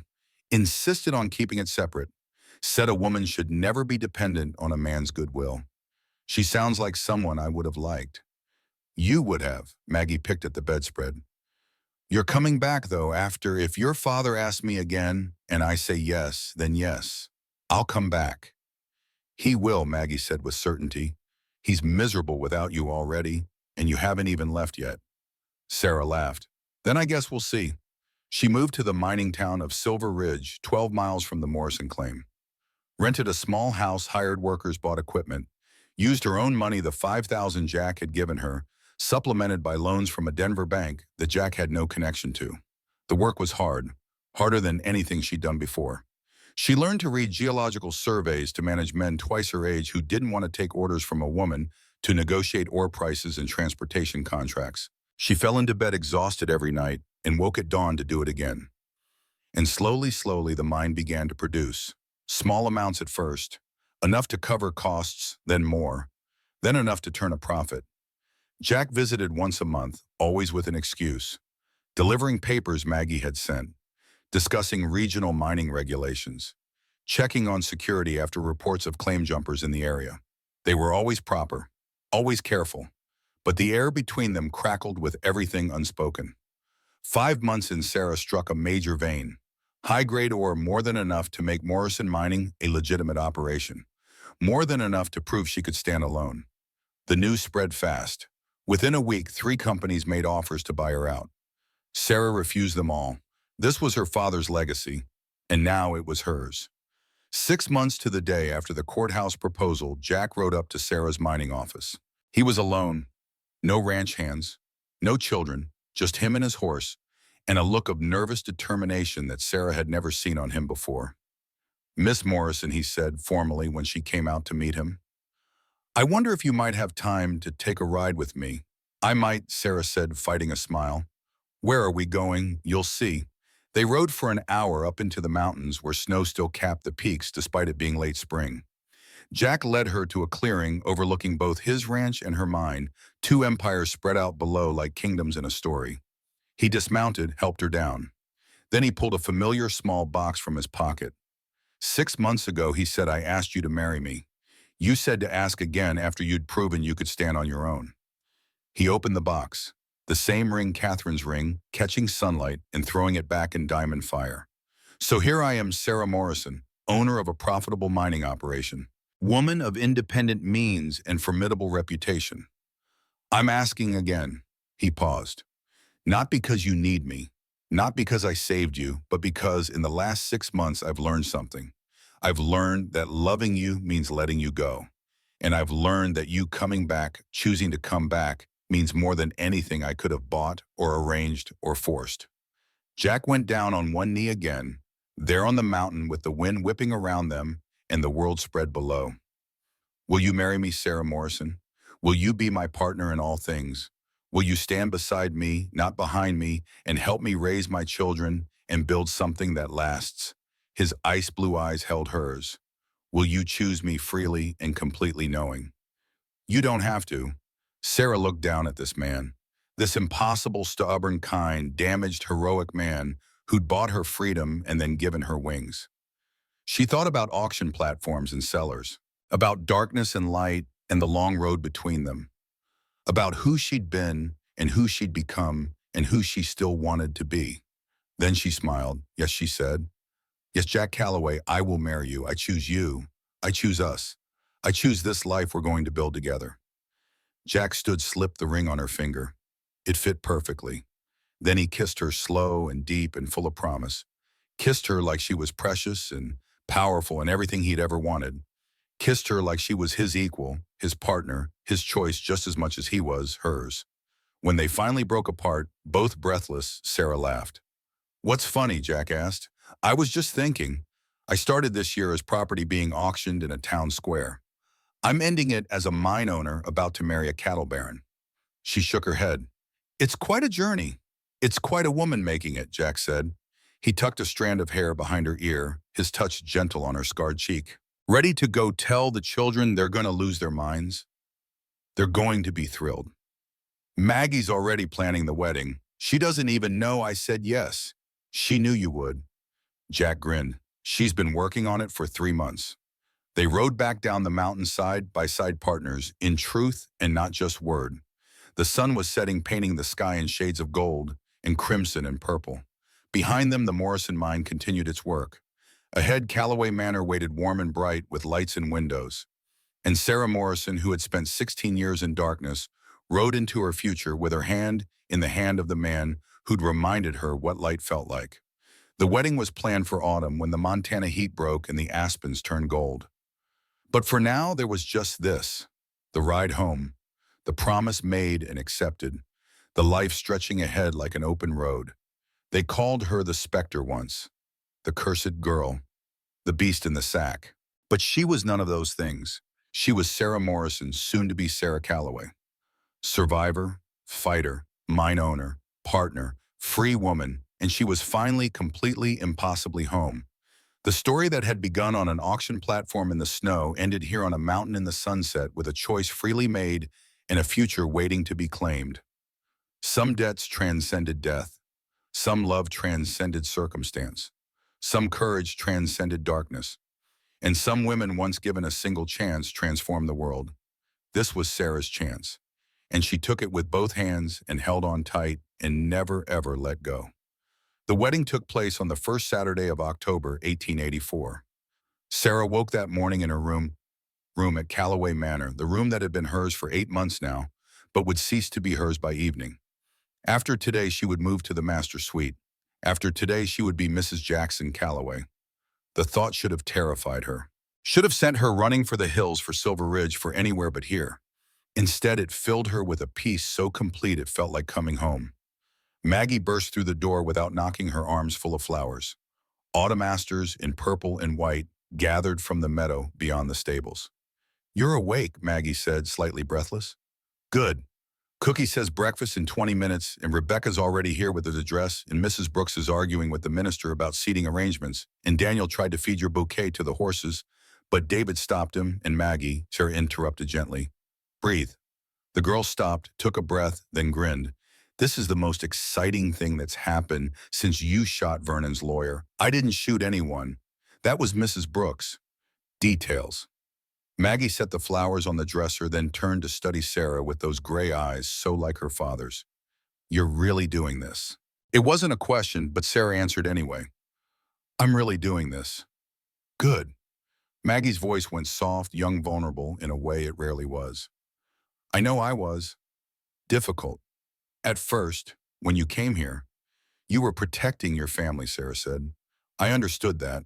Still." Maggie fidgeted with a flower stem. "I wanted you to know. I'm glad you're staying. I'm glad you're going to be." She paused, swallowed. "My stepmother. Though that sounds too formal. Maybe just Sarah." Sarah felt her throat tighten with emotion. "Just Sarah is perfect." Mrs. Brooks appeared in the doorway holding a dress bag. "Enough sentimentality. We have 4 hours until the ceremony and approximately 7,000 tasks to complete." Miss Morrison into the bathing room. "Miss Maggie, go supervise your brothers before they destroy something expensive." The morning passed in a blur of activity. The bath scented with oils Cookie had ordered special from San Francisco. The dress cream silk with lace at the collar and cuffs, simple but elegant.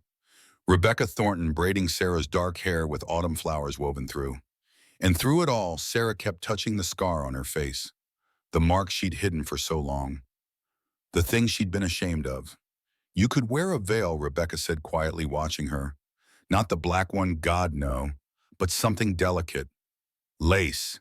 If you wanted." Sarah met her eyes in the mirror. "Do you think I should?" Rebecca's expression was fierce. "I think you should do exactly what you want. But for what it's worth," she paused, "I think you're the bravest woman I've ever met. And I think that scar is part of your story. The part that says you survived, you won." Sarah touched the scar one more time. Then she smiled. "No veil," she said. "Not today, not ever again." The ceremony was held outdoors in the meadow where Sarah had learned to ride. 200 guests filled rows of chairs, ranchers and miners, territorial officials, and federal marshals. Friends Jack had collected over 40 years of life and business. Sarah stood at the end of the aisle formed by those chairs and felt the weight of all those eyes. But then she saw Jack standing at the altar with the minister. He wore black, formal and severe, but his face when he saw her. His face held everything she needed to see. Love, pride, wonder, forever. Marcus Dawson, serving as Jack's best man, leaned over and whispered something that made Jack laugh. The sound carried across the meadow, warm and genuine. Maggie nudged Sarah's elbow. "Ready, ready." They walked together, Maggie serving as both maid of honor and the family giving Sarah away. Behind them, Daniel and David carried rings on velvet cushions, trying desperately to look solemn and failing completely. The guests rose as Sarah passed. She saw Cookie dabbing at her eyes with a handkerchief, saw Dr. Thornton, Walsh smiling, saw Rebecca Thornton standing with Marshall Collins, both of them looking oddly proud. And then she was there at the altar, and Jack was taking her hand. "Hello," he said quietly, just for her. "Hello," she replied. The minister cleared his throat. "Dearly beloved," the rest of the ceremony passed in a haze. Sarah heard herself making vows, heard Jack's voice steady and sure, promising to love and honor and cherish. Felt the weight of Catherine's ring, her ring now sliding onto her finger. And then the minister was saying, "You may kiss your bride." Jack cupped Sarah's face with both hands, gentle despite their size and strength. He leaned down, pressed his forehead to hers for a moment. "Thank you," he whispered, "for choosing me." Then he kissed her soft and sweet and full of promise, while 200 guests erupted in applause and Daniel whooped loud enough to startle the horses. The reception lasted until well past midnight. There was food. Cookie had outdone herself with a 7-tier cake decorated with autumn leaves made of spun sugar. There was music, a string quartet Jack had imported from Denver, followed by a fiddler who got everyone dancing. There were toasts. Marcus, gruff and embarrassed, talking about the day Jack had bought Sarah and come back to the ranch looking like a man who'd found something he didn't know he'd been searching for. Rebecca, eloquent and funny, describing Sarah's transformation from terrified victim to formidable mine owner. Maggie, voice trembling but strong, welcoming Sarah officially to the family. And Jack. Jack stood with Sarah beside him, his hand wrapped around hers, and spoke to the assembled crowd. "Most of you know the story of how we met," he said. "How I paid $500 for what Vernon Pike called damaged goods." His jaw tightened. Vernon was wrong about many things, but he was most wrong about that. Sarah Morrison was never damaged. She was tempered, strengthened, made into something so extraordinary that I still can't believe she chose to stay. He turned to look at her. "You asked me once why I bought you," he said. "I told you it was debt, penance, choice. All of that was true, but there was something else I didn't say then because I didn't understand it yet myself." He paused. "I bought you because the moment I saw you on that platform, something in me recognized something in you. Survivor to survivor, fighter to fighter. Two people who'd been through hell and refused to let it break them." His thumb traced across her knuckles. "You are my equal, Sarah Calloway, my partner, the strongest person I've ever met. And I will spend the rest of my life trying to be worthy of the choice you made today." Sarah couldn't speak, could barely breathe. She just held his hand and let the love she felt show on her face, scar and all. The party continued until guests began departing, called away by distance and dawn approaching. The children were put to bed protesting, but exhausted.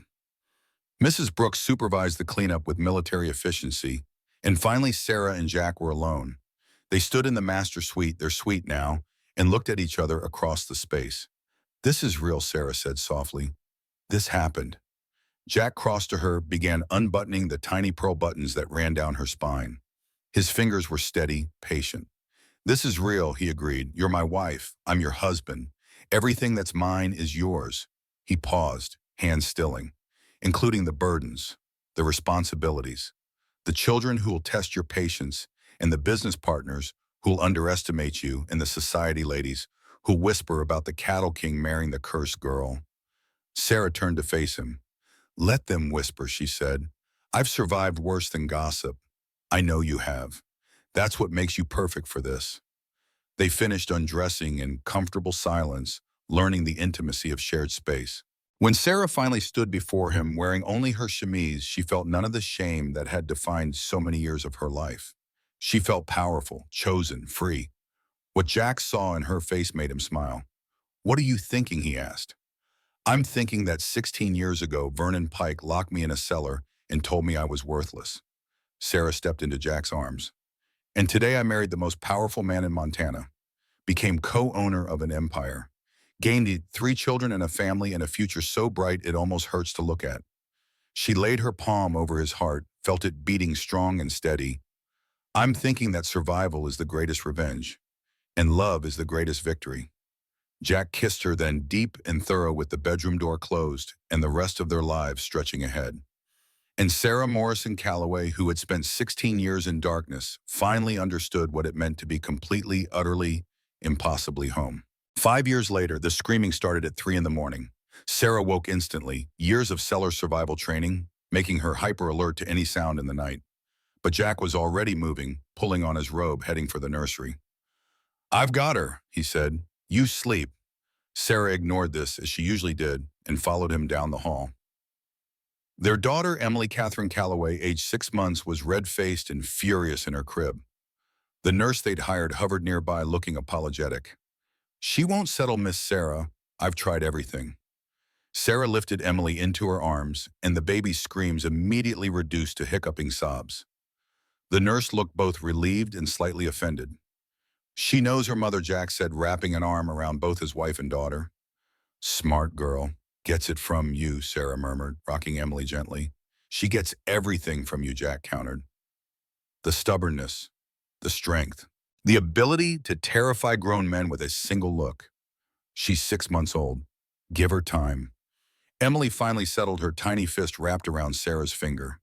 Sarah looked down at this miracle, this impossible, perfect thing she'd created with Jack, and felt the familiar surge of fierce, protective love. No one would ever lock this child in darkness. No one would ever tell her she was worthless. No one would ever make her feel less than extraordinary. Sarah would burn Montana to the ground first. Maggie appeared in the doorway now, 18, and home from her first semester at law school in Denver. She'd woken when Emily started crying, old protective instincts from helping raise the twins. Everything all right, she asked. Just hungry, Sarah said. Or lonely, or exercising her lungs. Hard to tell with babies. Maggie smiled, came to peer at her baby sister. She's got your eyes, Sarah. She's got her father's stubbornness. God help us all, Maggie said, but her voice was fond.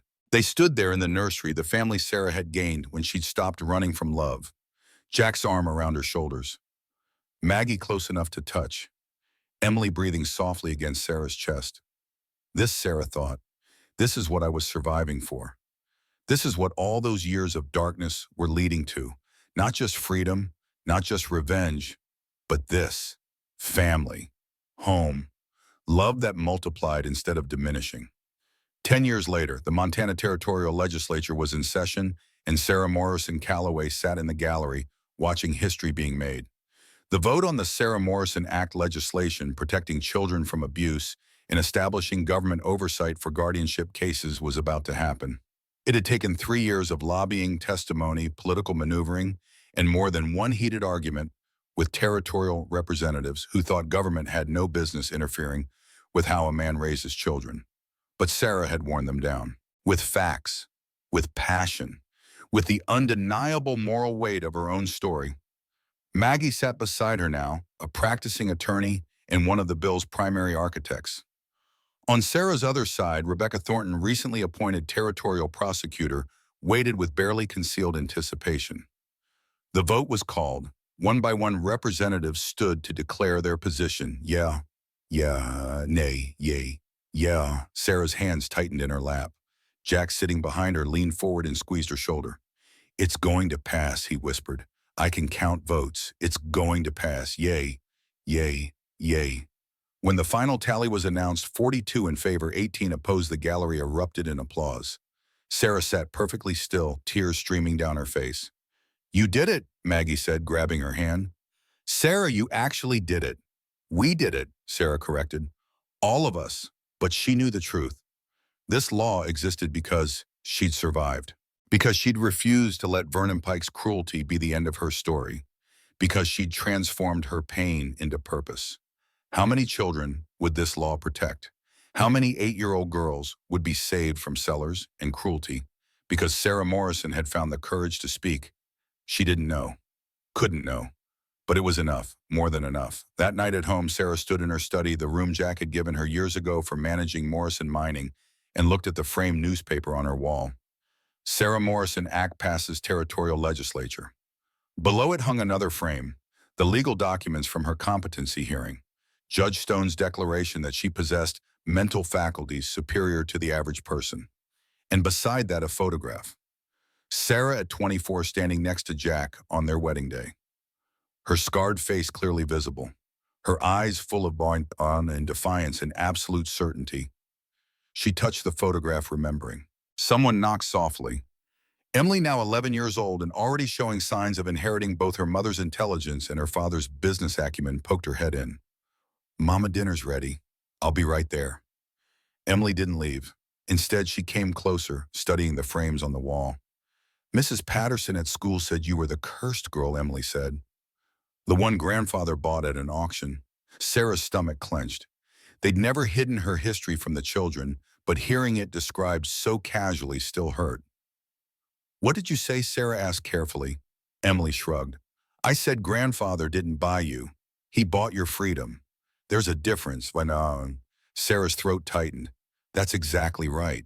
And I said, if Mrs. Patterson keeps spreading lies about my family, I'll tell everyone her husband's been buying up mining claims he knows are worthless and selling them to investors for 10 times what he paid. Emily Catherine Calloway, Sarah said, torn between horror and pride. You can't threaten your teacher. It's not a threat if it's true. Emily grinned. Besides, she stopped talking after that. Sarah pulled her daughter into a hug, breathing in the scent of soap and childhood and stubborn righteousness. "You are absolutely your father's daughter," she said. "And yours," Emily pointed out. "I learned the investigating from you." They went to dinner together, Sarah's hand on her daughter's shoulder. The dining room was full. Jack at the head of the table, Maggie, home for the weekend from her law practice in Helena, the twins are now 20, arguing about cattle breeding techniques. Emily slipping into her chair and immediately stealing a roll from David's plate. This was Sarah's empire, not built on cattle or mines or railroad shares, though she had all of those. Built on moments like this.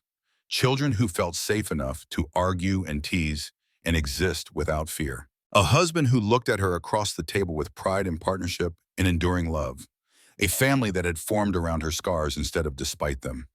Later, after the children were in bed and the house had settled into nighttime quiet, Sarah stood at her bedroom window looking out at the Montana darkness. Jack came to stand beside her, wrapped his arms around her waist from behind. "What are you thinking about?" he asked. "Everything," Sarah said. "Nothing. The Sarah Morrison act. That little girl I was locked in Vernon's cellar. The woman I became. All of it." Jack rested his chin on top of her head. "You know what I think about," he said. "I think about that auction platform. The choice I made to bid. The choice you made to stay." He turned her to face him. "Every good thing in my life since that day comes back to those choices. The law you passed today. The family we built. The partner I found when I stopped looking." Sarah touched his face, the weathered skin now lined with 60 years instead of 40. "I love you," she said, "for buying my freedom, for giving me choices, for believing I was worth $500 when the world said I was worth nothing." "You were always priceless," Jack said. "I just recognized it faster than most." They stood there in the darkness, two people who'd found each other in the worst possible circumstances and built something extraordinary from the wreckage. And outside, Montana slept under stars that had witnessed Sarah Morrison's journey from cellar to empire, from victim to victor, from cursed to cherished. The story that began on an auction platform ended here in this moment, with love and legacy and absolute certainty that some women, once given a single chance, don't just transform their own lives. They transform the world. 20 years later, Sarah Morrison Calloway died on a Tuesday in April, 1914. She was 74 years old. She died in her sleep in the bedroom she'd shared with Jack for 40 years, with her husband's hand in hers and her children keeping vigil nearby. The funeral drew thousands, territorial officials and mine workers, former students from the schools she'd funded, women who'd found shelter in the Sarah Morrison Foundation homes, children who'd been protected by the laws she'd championed. Maggie gave the eulogy, her voice breaking only once. "My stepmother," she said, "taught me that survival is not the same as living. She survived 16 years in hell, but she lived, truly lived, for 58 years after that. And in those 58 years, she changed Montana, changed hundreds of lives, changed what was possible for women and children in this territory." She paused, looking at the casket. Vernon Pike tried to break her. He failed. "My stepmother was unbreakable, and those of us who loved her are better for having known her." Jack sat in the front row now, 84 and leaning heavily on a cane. His children surrounded him, Maggie, Daniel, David, Emily, and the two younger ones, James and Catherine. His grandchildren filled the rows behind. When they lowered Sarah into the ground on the hill overlooking both Calloway Manor and Morrison Mine, Jack stood as straight as his age allowed and spoke the words he'd been saving. "The world told you that you were worthless," he said to the coffin. "I knew better, and I spent 40 years proving it to anyone who doubted." He placed a single autumn aster on the casket, the flower from their wedding day. "Thank you," he said quietly, "for choosing me, for building this with me, for showing me what real strength looks like." Then he stepped back, and they covered Sarah Morrison Calloway with Montana earth. The headstone was simple: Sarah Morrison Calloway, 1840-1914 survivor, fighter, builder of empires. She chose freedom and transformed a territory. Below in smaller letters, "Some women transform the world." She was one of them. Jack Calloway lived another 4 years. He died at 88, still working, still building, still missing the woman who'd walked into his life on an auction platform and refused to ever walk back out. They buried him beside Sarah on the hill where they'd both wanted to rest. In the empire they'd built together, the cattle and mines, the schools and foundations, the laws and legacies continued without them. But their story remained. The Cattle King and the Cursed Girl, $500 and a choice to stay, freedom and love and transformation. Some debts transcended death. Some love transcended circumstance. Some courage transcended darkness. And some women, once given a single chance, didn't just survive. They became legend.